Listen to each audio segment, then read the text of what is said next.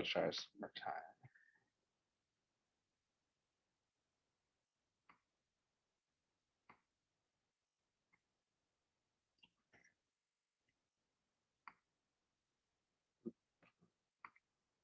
Sorry, it's being a little bit weird and not letting me go in full screen.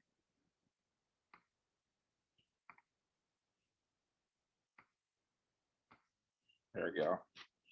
So we're talking about center and focus, kind of a personal growth kind of focus. So you saw the logo there, Incredible. That is me. It's pun intended. It describes everything I do, but I want to just give a little background about myself.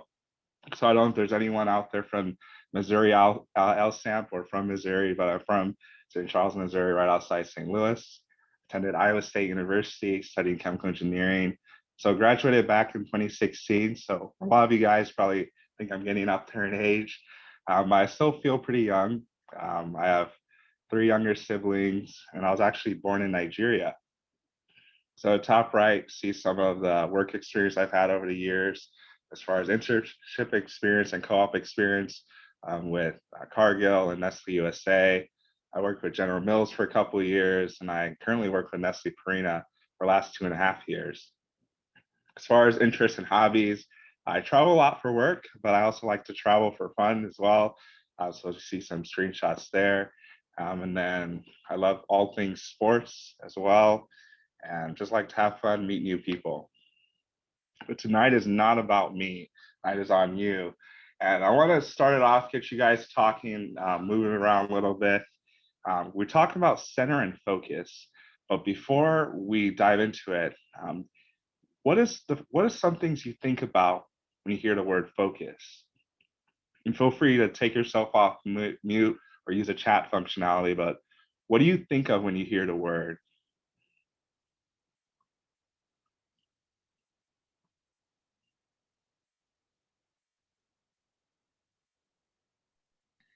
I think Dedication. education. Dedication. Dedication. Yes, dedication. I like that. Follow up. When you say dedication, is there anyone that comes to mind, either personal or in history?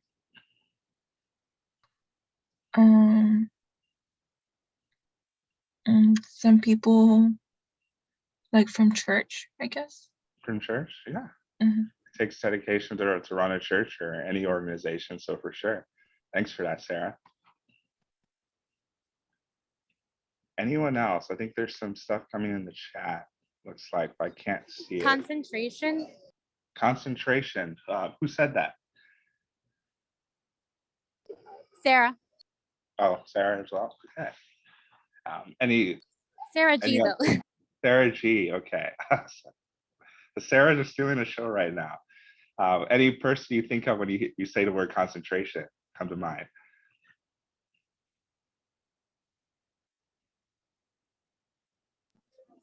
I would say maybe an engineer. Engineer? Yeah.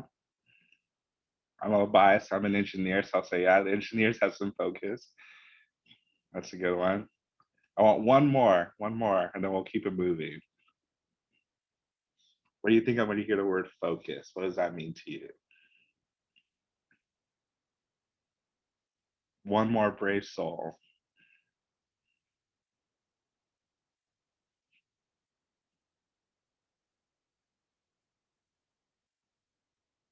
All right, I won't belabor it. I'll keep it going.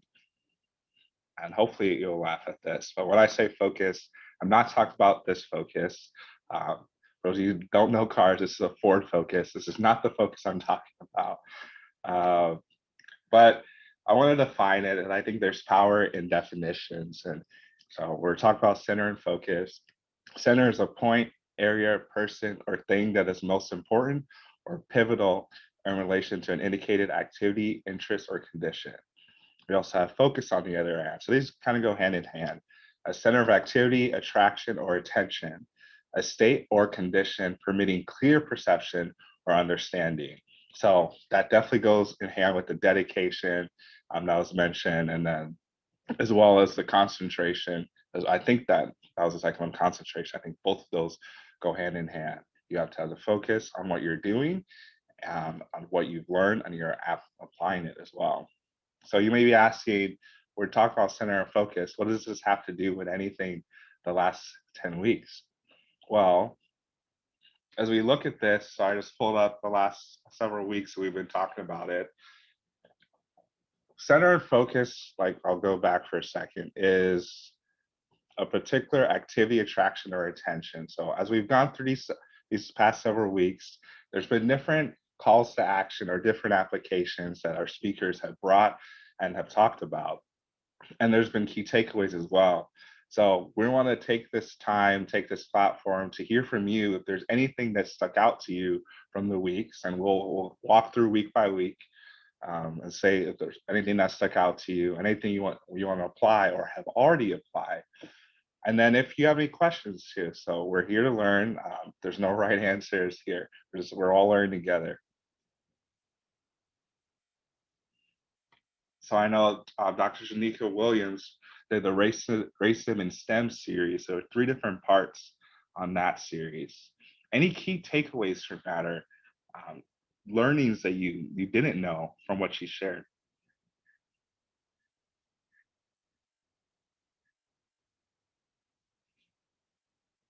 We got something in the chat. I can't see the chat.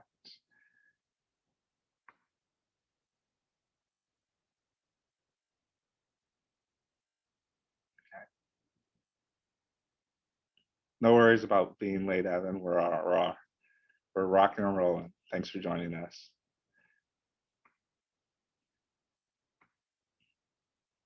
All right. How about an imposter syndrome? I know this is something Please feel free. Go ahead, Brian.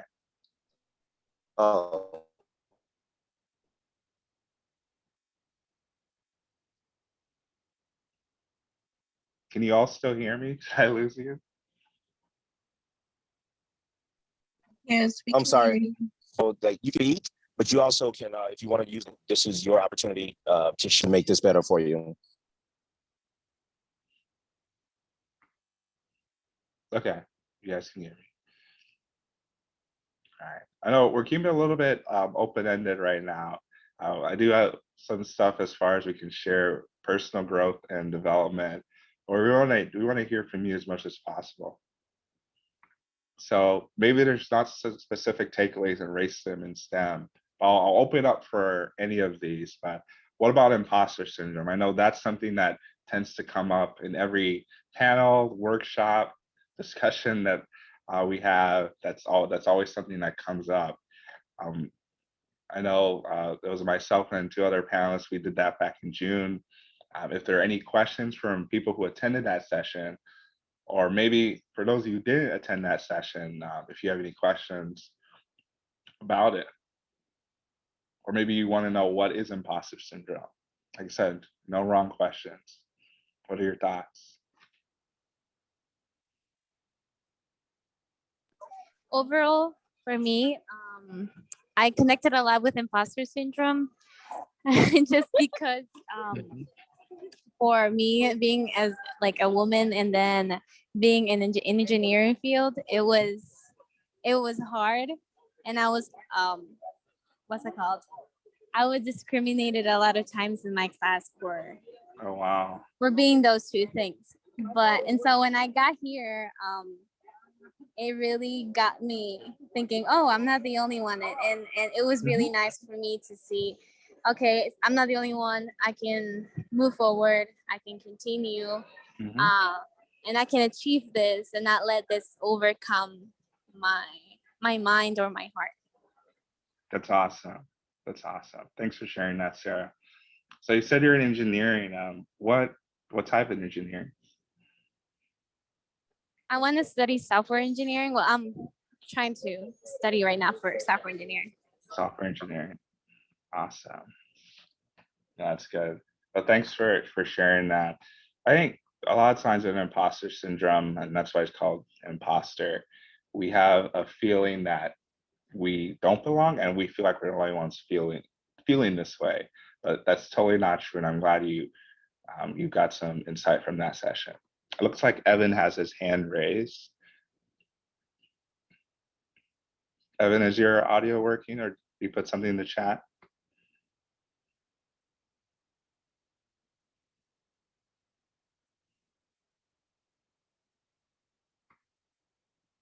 Yo, don't be afraid to unmute yourself. I've seen you do it over the last several weeks. Don't stop on me now in this last week. I just wanted to add to what Sarah said, Mhm. because I'm also a woman and I'm doing mathematics and teaching, Mm, but my main major is mathematics. So in most of my classes, I have like male classmates. mm, So it's like I didn't even know there was a definition for the way I felt. yeah. But I didn't attend the session, but my mentor, he told me like what it was, and I was like, oh, I was like, that's what Wow. I've been feeling this whole time in college. Yeah.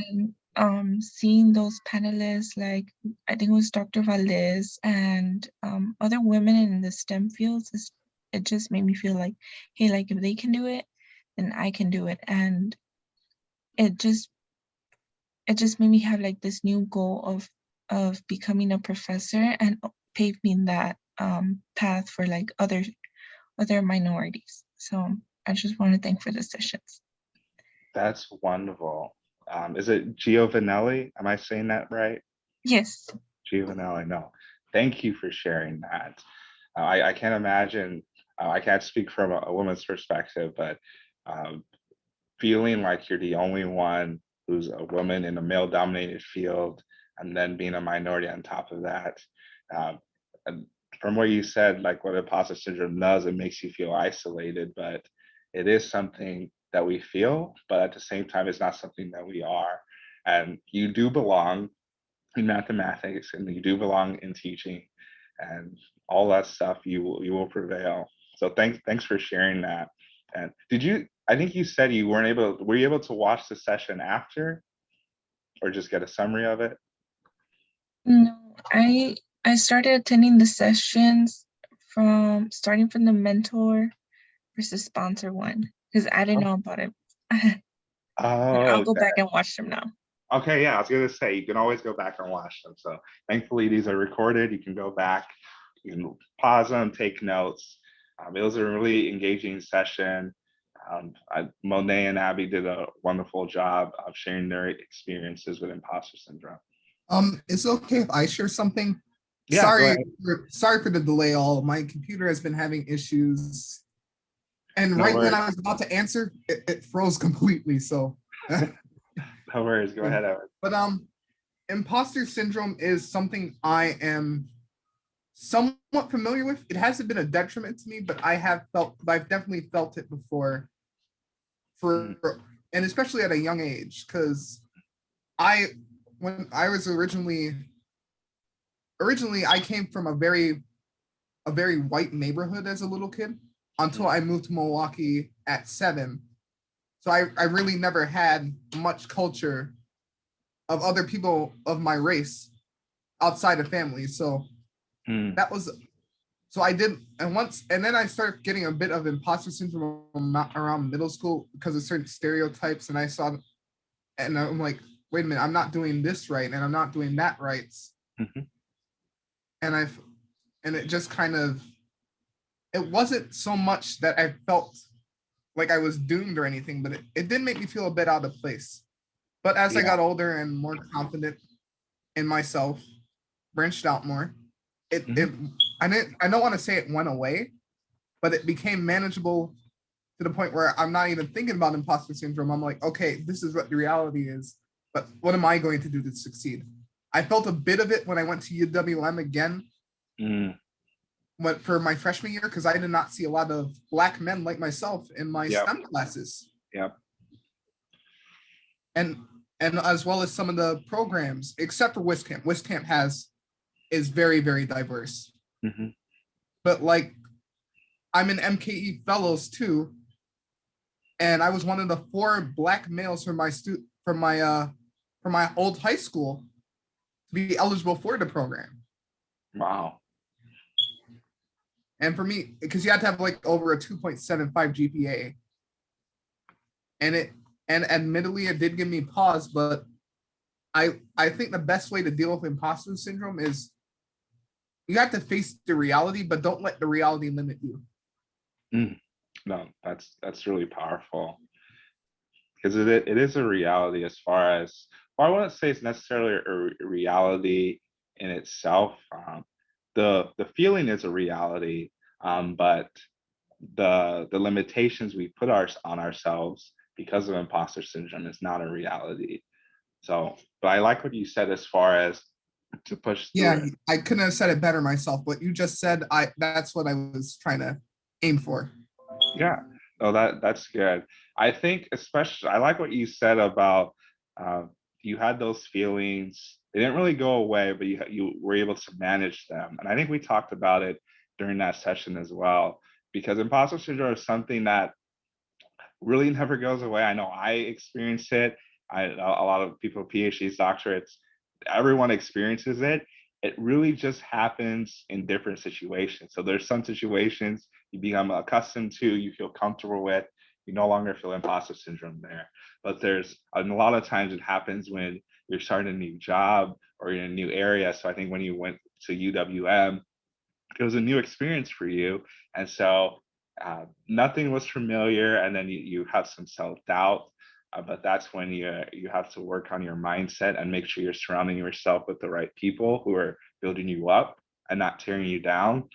And on top of that is what you're saying to yourself, because your self-talk, I say this all the time, your self-talk matters more than what other people are saying.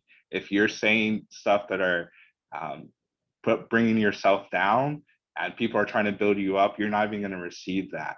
So even if it can be as simple as just having a list of stuff you say every day in the morning, positive things. And I'll be honest, if you've never done it, it feels really awkward at first to say these things. But the more you say it, it goes into your mind, into your spirit, and it really does help.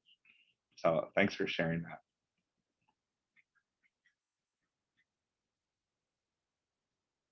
No, good interaction. Seems like imposter syndrome really hit home for you all.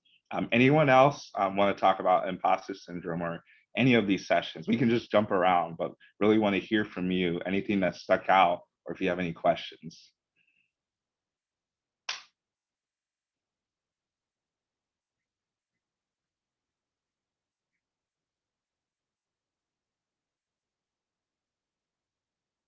No, good engagement. I would say the next one on there is grit and resilience.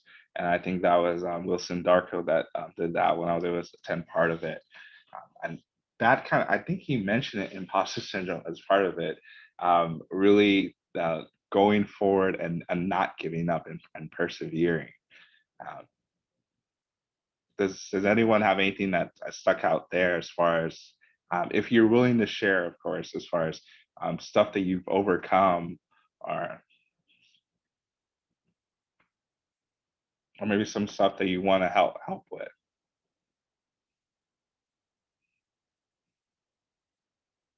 Yeah, I like Deb just put in the chat, so I should have mentioned that at the beginning. In addition to Incredible, I'm also the president of the National Association of LSAMP Alumni, or NALA. That's a lot easier to say, just say NALA. So just a group of alumni from all over the country, here to support in however we can. So we've led a few different sessions and workshops for the summer series. We have our mentorship program kicking off in the fall. We don't have a specific date set for it yet, but most likely will be late September.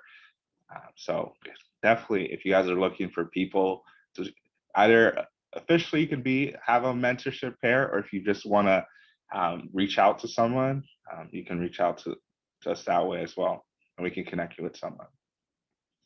Thanks for putting that in the chat.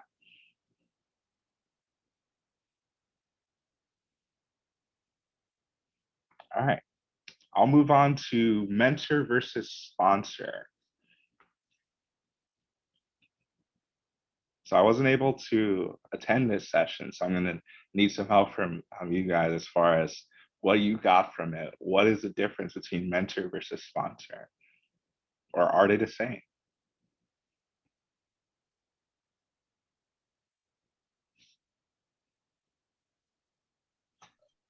This one helped me a lot because like for one of my previous courses, I just kind of like picked the professor, but I didn't really know what his research interests were. And like he was able to support me, but not as much as I would have expected. And now like that we have well, I'm from the LSAMP, and my faculty mentor, she did mathematics, and she was a teacher, and now she's doing engineering Oh, wow. and UTSA. So like I feel that I can connect with her better, and she even like gave me some advice like when I have my own classroom, or like when I had to take my state certification exam, she was Hmm. able to give me some tips. So like I was able to connect with her a lot better. Mhm. So I saw the difference between like the mentor and the sponsor, or like different types of mentors that like, or like any tips that can can help you look for Mhm. the mentor for your best fit or your interest. Yeah. So yeah. No, that's really powerful when you have someone like that that's able to guide you through and either lead you to other mentors or to sponsor you in a way to make sure that you're on the right path. So that's awesome. You're already applying that. So that's awesome. Thank you, Giovanelli.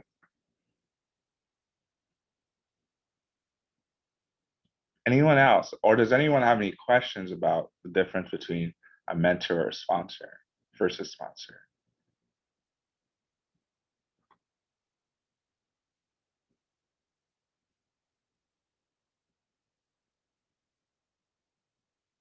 Paul, I wanted to make a comment on the mentor versus sponsor, just for those that may not truly get some of the main differences. But that sponsor, guys, the sponsor truly doesn't even have to know you that well. The sponsor doesn't have to be a previous mentor. A sponsor, I look at it this way: a mentor tells you where the door is. A sponsor is the person that can actually open it. Mm-hmm. And that's a massive difference. Now, that doesn't make one better than the other. It's just that it's important to know the differences between the two, because the person who sponsors you, there's many times you'll find out people who sponsor you don't even know you that well. Yeah. They may not know you as well as the mentor. A mentor can lead you to a sponsor, but I just want you to know the difference between the two, and don't try to put one as more important than the other. It's just they both have an importance. Just wanted to share that. No, that's a really good thing to differentiate between the two. I think a lot of times there is that confusion between what is a mentor, what is a sponsor, how do I need one or the other? So I'm glad you made it pretty clear. We need both. A mentor is important, but sometimes there's some things that your mentor can't do, and that sponsor needs to do, be able to open those for you.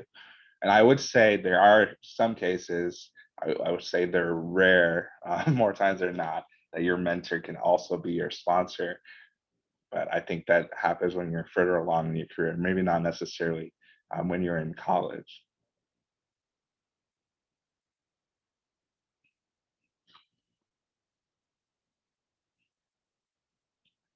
All right, so moving in. Sponsor, wait, Oh, go ahead. Go ahead.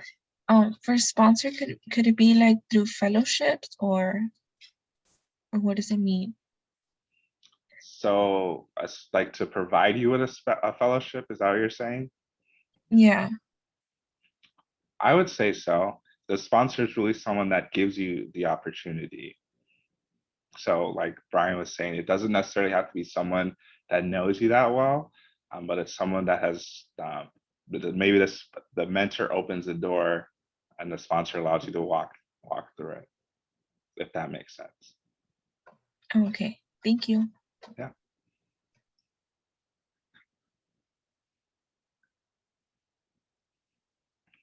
All right. So we had a lot of panels throughout these last several weeks. Were there any of the panels that stuck out to you all more than others? Like, or is there a panel? So I know we had the STEM career panel, the graduate student panel, the work-life balance, that was also a panel, imposter syndrome was a panel as well. So through all of these sessions, we're bringing in multiple people, multiple experiences. Was there any key, were there any of those workshops that stuck out more than the others? As far as, is there something you want to see more of?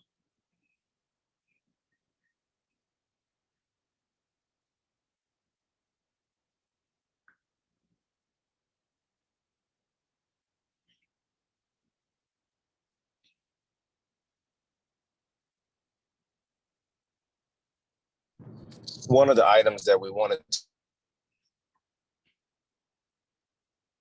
to know from a panel standpoint, guys, is I think the panels have been healthy dialogue for us. We've had great engagement with the panels. We did want to know, we tried a different type of panel last week where we had myself, I think my wife was on for portions of it, Dr. Valdez and her partner, Dr. J as well. And we were talking about, we had a lot of family talk and, just life talk. I wanted to know, did you guys want more of that? And if you did, did you have recommendations of other type of kind of just life topics that you would like to have those type of forums? We already were starting to think about some ways to make it better, but hearing it from you could make sure that we truly hit the mark.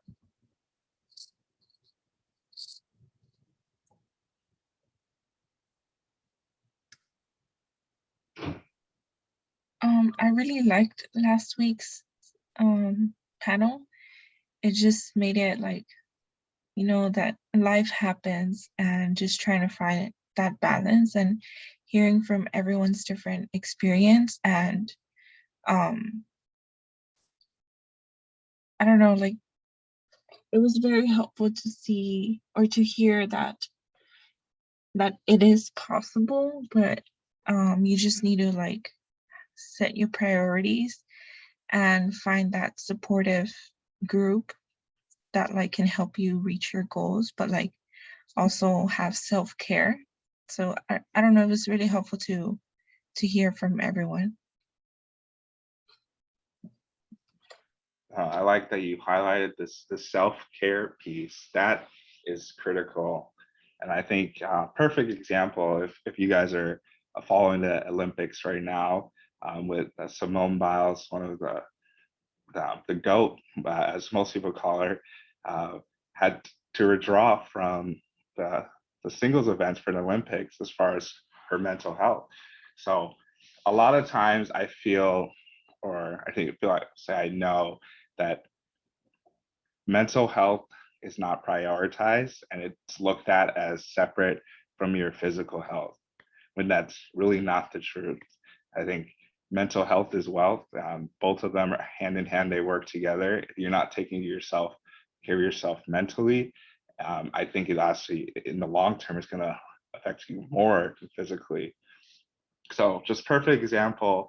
In Simone Biles prioritizing her health, someone who is at the top of her game and is doing amazing things, literally on the world stage, and she had to take a step back just because of all the different circumstances and even all the stuff with her training and things, that she just felt that I am not at the peak performance. If I compete in this stage, I could get severely hurt or injured.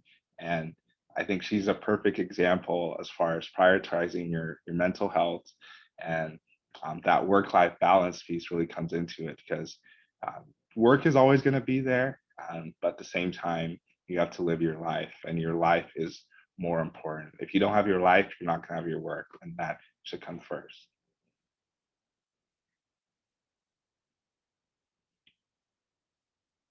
No, good thoughts.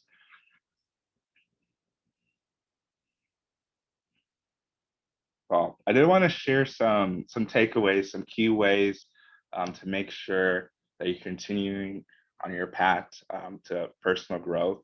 I would say it's a path. It's not really a destination. It's something that's you're continuing to move forward, move on. It's not ever something that you really arrive. And if someone tells you that they've arrived at the pinnacle, I would challenge that. So I'm going to share just 4 quick things. And if you have questions as I go through this, let me know. And I can, if I'm going too fast, let me know as well. So 4 key things. So if you guys are interested in it, so this is from the book, The 15 Valuable Laws of Growth. So I led a class on this earlier this past spring semester.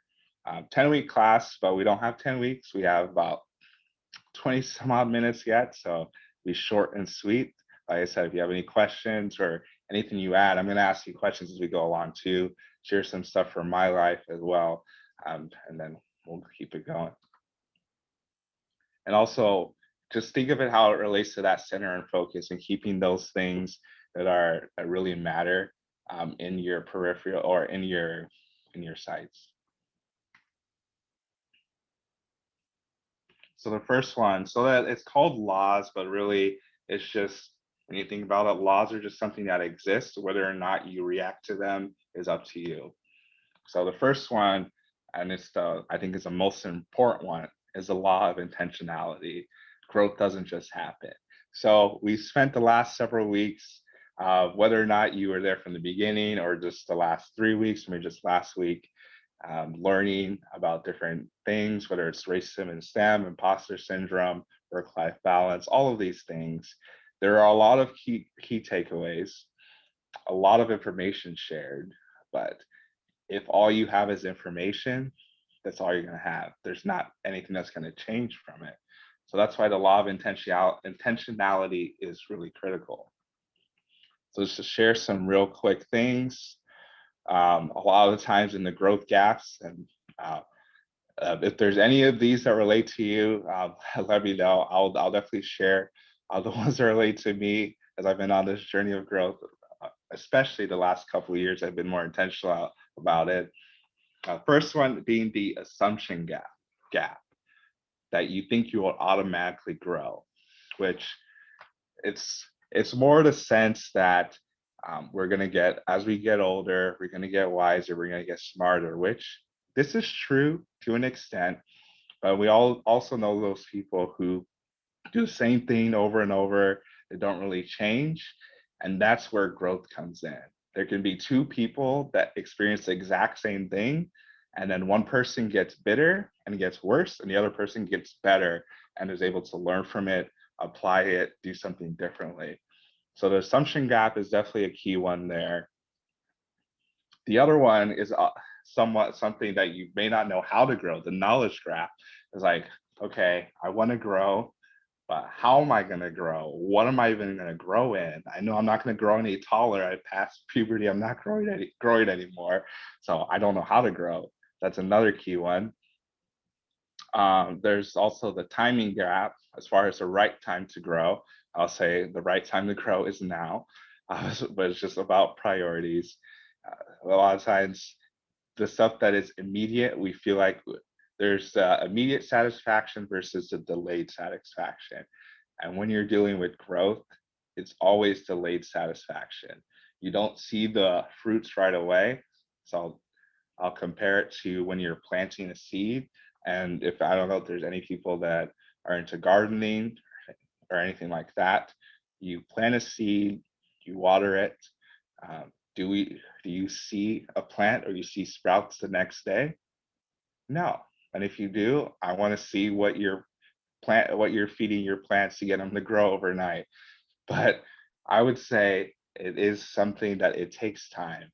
And so if we're not doing something intentional every day or every week or every month, we're not going to see those things. So whether there's some things you saw from imposter syndrome or in the work-life balance that you want to apply, just it doesn't have to be that big of a thing. Maybe just one key thing.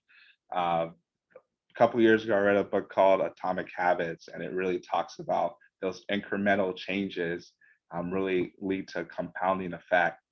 So it's just interesting how much little changes make a difference at the end. If you make a 1% change or get 1% better every day, by the end of the year, as the math runs works out, it's about 340 times better, which is insane to think about. It's just a 1% difference, but it's not the day to day, it's the consistency that really leads to that. And the last one on here is the mistake gap, being afraid of making mistakes, being afraid of failure when you're growing. But as far as failure is concerned, failure is something that happens to you. Failure is not something that you are. So I'll pause right there. If anyone has any thoughts on any of these growth gaps or maybe anything they want to share.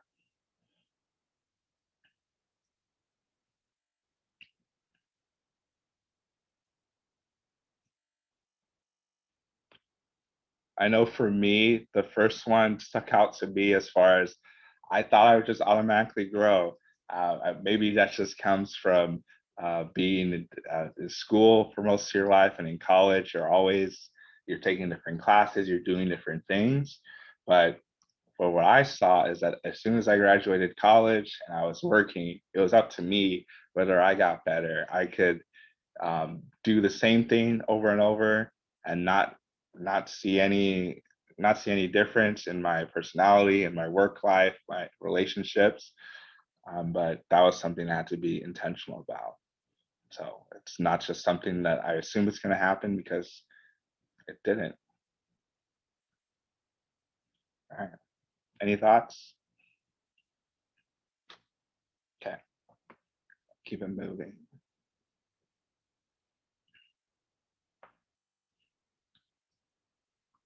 There's a few more. I'll go through these pretty quickly, unless there's one that resounds with you. The perfection gap.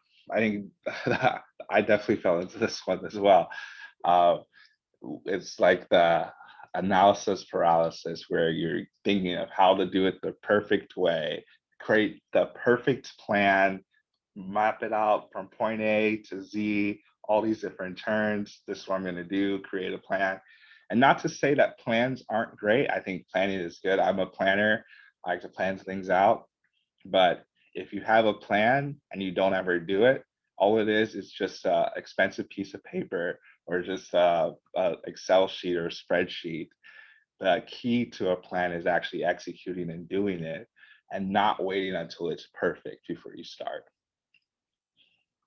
The inspiration gap. So I think this one it could have some semblance as far as where you are, as far as your mental health or your well-being, whether you don't feel like growing, or maybe you're just comfortable with where you are, which it could be fine, depending on where you are. Maybe you're fine with where you are, you have other things you're focused on right now, but it's not something you want to do long term. If you get stagnant, and then from there, then there's these feelings of insecure feelings and feelings like you don't matter, which is not true by any means.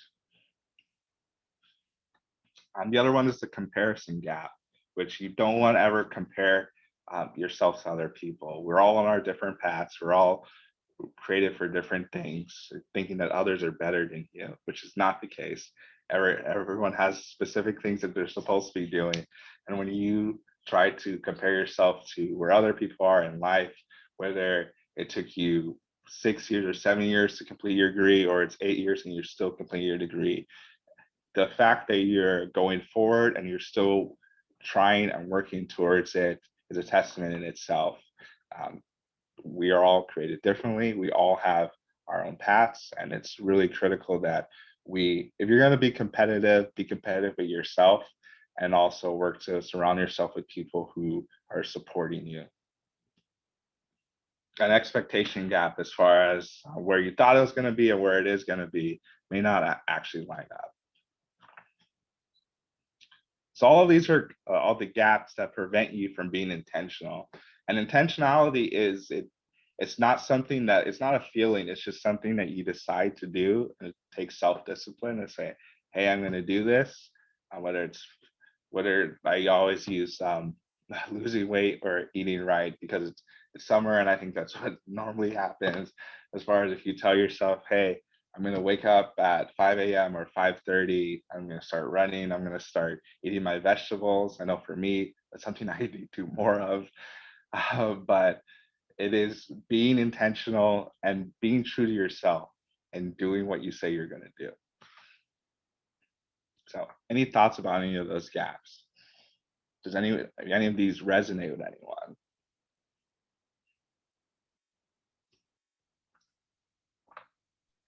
I think for me, it was the planning wise because I Mhm. was kind of expecting to graduate this past, was it in spring?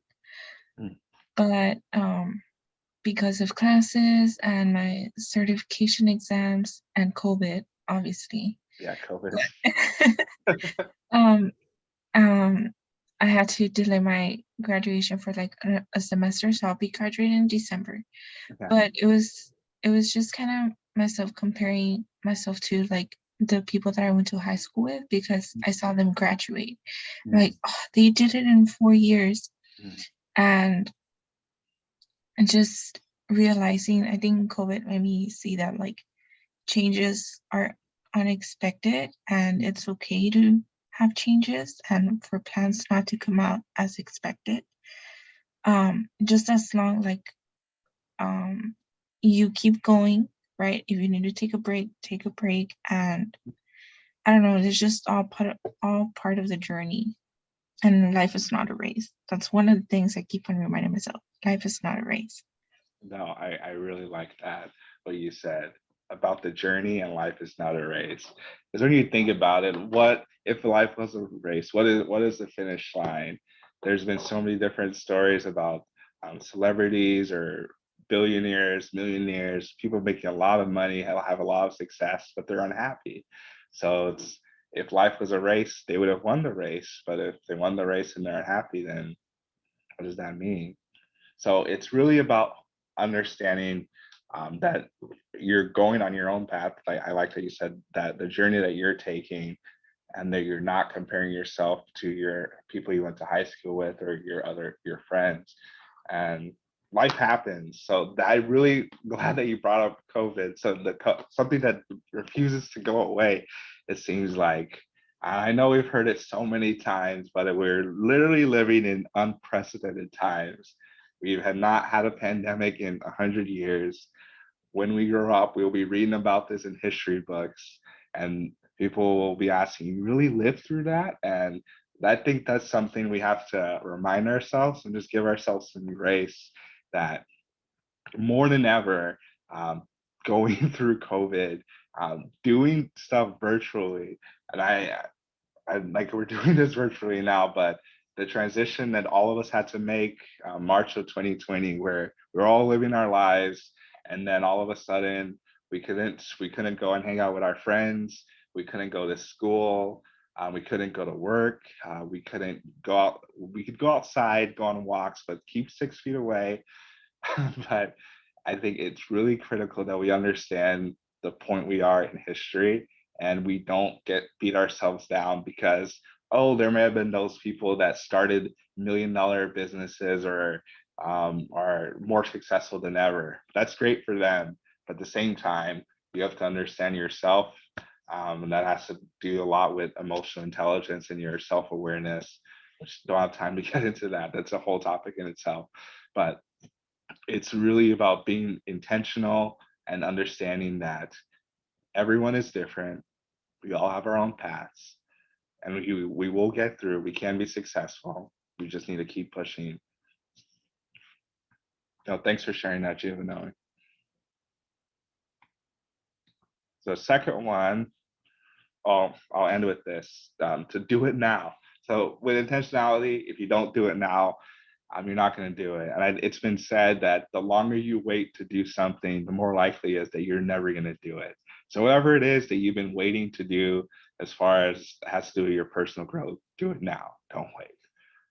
So second thing, and I'll go through this pretty quick. I kind of hinted on it. And it's the law of awareness, self-awareness. You must know yourself to grow yourself. So this is why it's critical that you don't compare yourself to others. Um, Certain things can work for other people, but you're not those people. So that might not work for you. You have to understand your personality, what drives you, what motivates you, and focusing on that.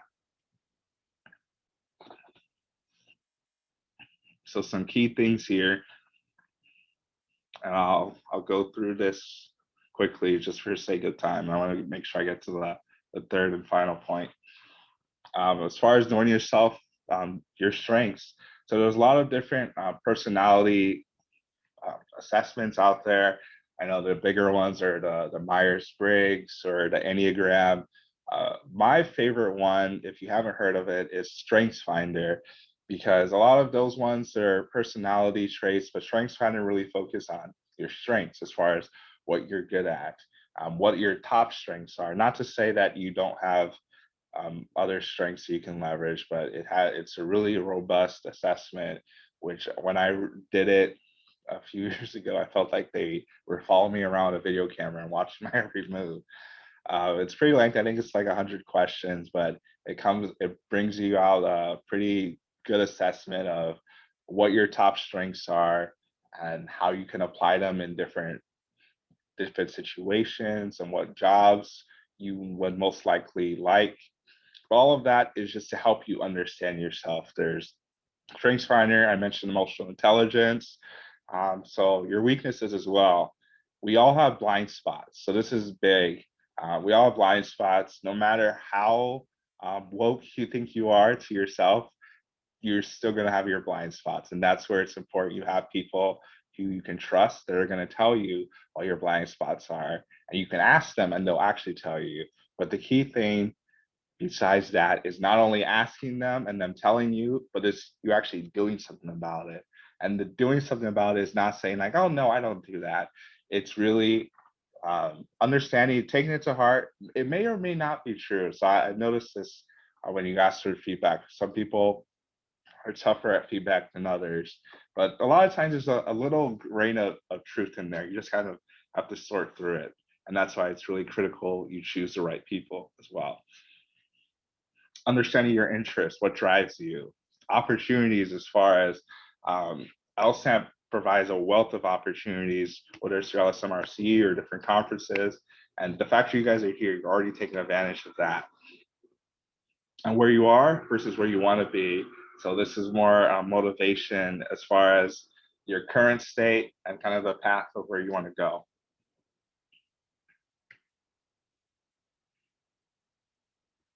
And so we talked about mentor or sponsor, whether it's a coach or a mentor. So there's subtle differences between coaching and mentoring.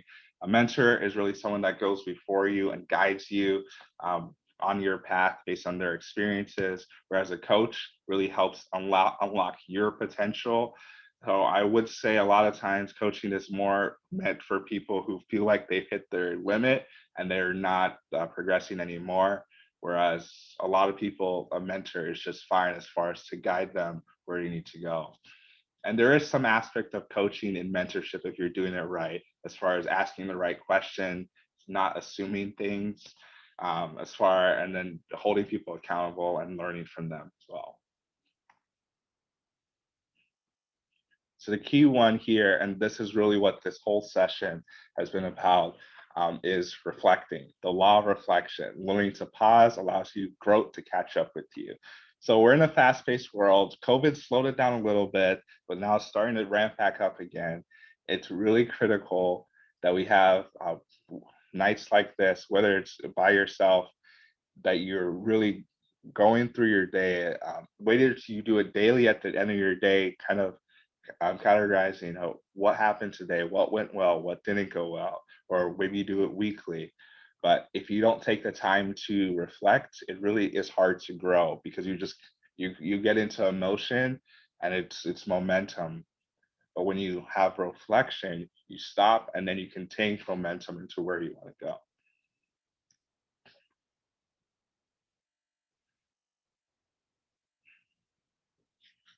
So some key questions you can ask yourself when it comes to reflection questions, as far as what is your most worthwhile emotion, what is your least worthwhile emotion, what is your best habit, and what is your worst habit.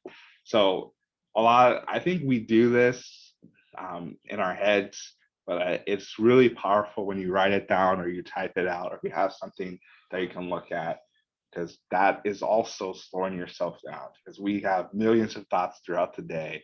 But when you really take the time to slow down, pause, and think about, today is Wednesday. How did my morning go?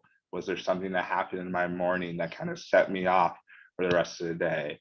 And it is when you're having those reflection moments that it really sets you up in the future. So maybe you woke up in the morning and you didn't have coffee or you didn't have breakfast. You realize you're irritable for most of the day. If you don't take your time to reflect on that, you just think, oh, I just had a bad day. But then if you think about, okay, what are the specific things that happen, you can replicate it and most likely have a better days going forward. So I'll end with this. So John C. Maxwell, it's the person who wrote this book. I can put it in the chat, the 15 Invaluable Laws of Growth. But he says, successful people do daily what unsuccessful people do only occasionally. So I told you 4 key things. I gave you 3. The 4th one is consistency. So you have intentionality as far as just do it now, your self-awareness, understanding where you are currently, your reflection, take your time to pause, ask yourself questions. When you're doing a reflection piece, you're coaching yourself in essence. But the key thing that really ties all of these together is consistency, and that takes time to develop. It takes a lot of self-discipline to keep moving. So those are the 4 things I wanted to share. Are there any questions about any of those 4? Maybe anything that resonates? Thoughts, questions, concerns?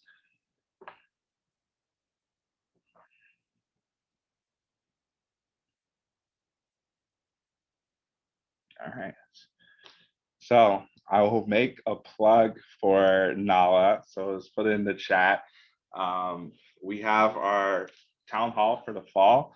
So whether if you're a graduating student or just want to learn more about NALA, or just this is also a good opportunity to learn about networking on LinkedIn.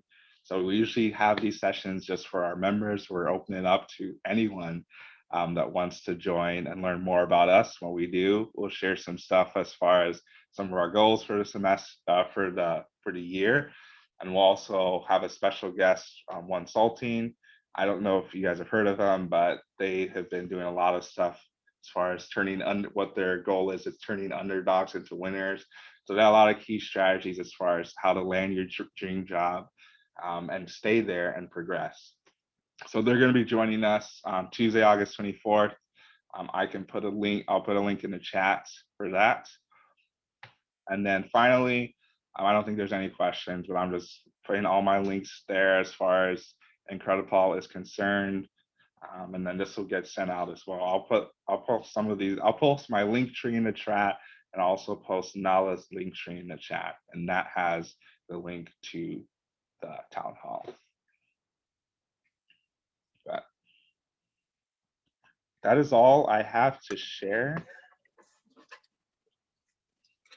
So one, I want to thank you, Paul, for your support over the summer here and with our speaker series, along with Nala. As we've seen with some of our panels, Nala is like really making a great impact, and we want to continue to build that partnership and leverage that partnership as those students are they're exactly what we are kind of doing this for, like and so we want definitely their voices to come back towards our students, and I think we've had a good time with that, and very educational and informative. I want to thank the students, guys. You guys have just done a wonderful job, from us kind of taking it to another gear in the summer of 2020 all the way to 2021. It's been one heck of a year, like say year and 3 months. You guys have really stayed connected with us. You've engaged with us, and we greatly appreciate it. One thing that I like to do is just I'd like to get some feedback from you just on those that have experienced this from 2019, I'm sorry, from 2020, those that came in here late. Just let me know how having this format, having this time available, how has this benefited you? And you know, just share your thoughts. And you can do so before I start calling your names.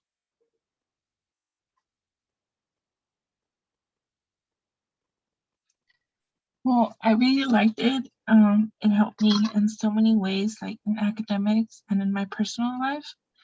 And I just really liked how the sessions are recorded and I could go back on them since I missed some of the first sessions. So I really like that. Awesome. Thank you so much. Would someone else like to share? You know, we've done so many sessions. With, if you really go back to kicking off our speaker series in 2020, that summer, along with the fall and the spring, and then now another summer. We've touched on a lot of topics. We've got to know some of you very well. What does it mean to have these sessions, this platform, this consistency, almost some form of normality in the midst of in some of the midst of the chaos? Please feel free to share your thoughts.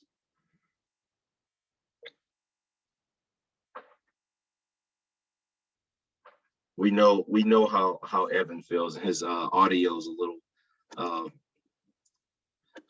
bad today. Is it okay if I go? I know you're going to go at some point. So was that a yes? Yes, go ahead, Okay. my man. So the one thing I enjoy the most about these sessions is not only are they very inspirational or very insightful, but for me, since the pandemic, and you know, it's really done a number on communications. For me, it's like a little time to, you know, I don't want to say it's like a meet and greet, but it's a lot to learn from others' perspectives and to really think and digest information that feels more, a little bit more like how it normally was. I get a lot of scientific opportunities from the program, be it expos or in some cases scholarships or even mentors. So there's a lot to really gain from it, and I'm very grateful for that. Awesome. Thank you for that feedback, Evan. And I'll just say this. You know, when you're participating, and I know we're all not extroverted people. Some of us are introverts, and we take in information and we share in different ways. But I challenge you on one thing. Either it be the chat, the Q&A, saying something, emailing something. Let your voice be heard. Let us know who you are. Sitting in the background doesn't help anybody. And so I really want you to figure out a way, in a way that's comfortable for you, to engage and stay engaged and challenge us and force us to communicate with you and to answer your questions and support you in some type of way. And like I said, I'm very aware that just taking your phone off of mute or your computer or laptop or tablet, it's not the easiest thing for everybody. Even typing something here may not be, but maybe an email, you know, maybe an anonymous, I think you can do anonymous questions in the Q&A, but just some way, somehow, as we continue to move forward, let's make sure that you make the personal choice, right? Greatness is a choice. I want you to really accept that and understand that. It doesn't just wake up and happen. It's a choice. It's a choice to get up every day and do something that's moving you forward. And so I'm asking you to choose to look within inside of yourself and say, hey, what is my most comfortable way of communication? And let me figure out a way to get engaged in our sessions. Let's get engaged with our alumni, and let's put some pressure on us as organizers and leaders with these sessions to do our best to bring the best possible dialogue and communication style to you. So that's just a little small challenge, not too harsh. I usually can get a lot louder and more motivating with it, but I'll be subtle with it tonight and just ask you guys to do it your way, but do it. Choosing not to do it is detrimental to you, because we can't help what we don't know. Anybody else like to share before we kind of wrap up our, do a little bit of updates and then wrap up our summer here?